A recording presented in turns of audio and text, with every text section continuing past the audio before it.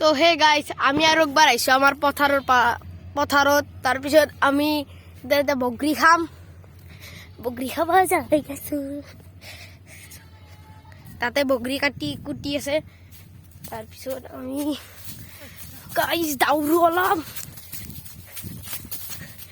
চাক গাইস বগৰী কুটি আছে এই নিমখ আছে জ্বালা আছে বগৰী আছে আধা কুটা হল অলপ আছে বাকি তাৰপিছত এটা আমাৰ মত কি ঠেলা ঘৰ জুম চাই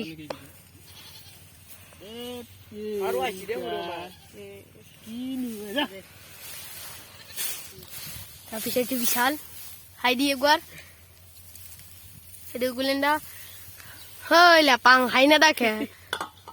বাকিরে আছে না 32 কে তোর 32টা নাই আছে না তোর এই দিনে মাৰি কিনে ভাঙা নাছিল আৰু গাইজ মই এইটো হাই তো ইয়াতে সমাপ্ত কৰো ব্লগ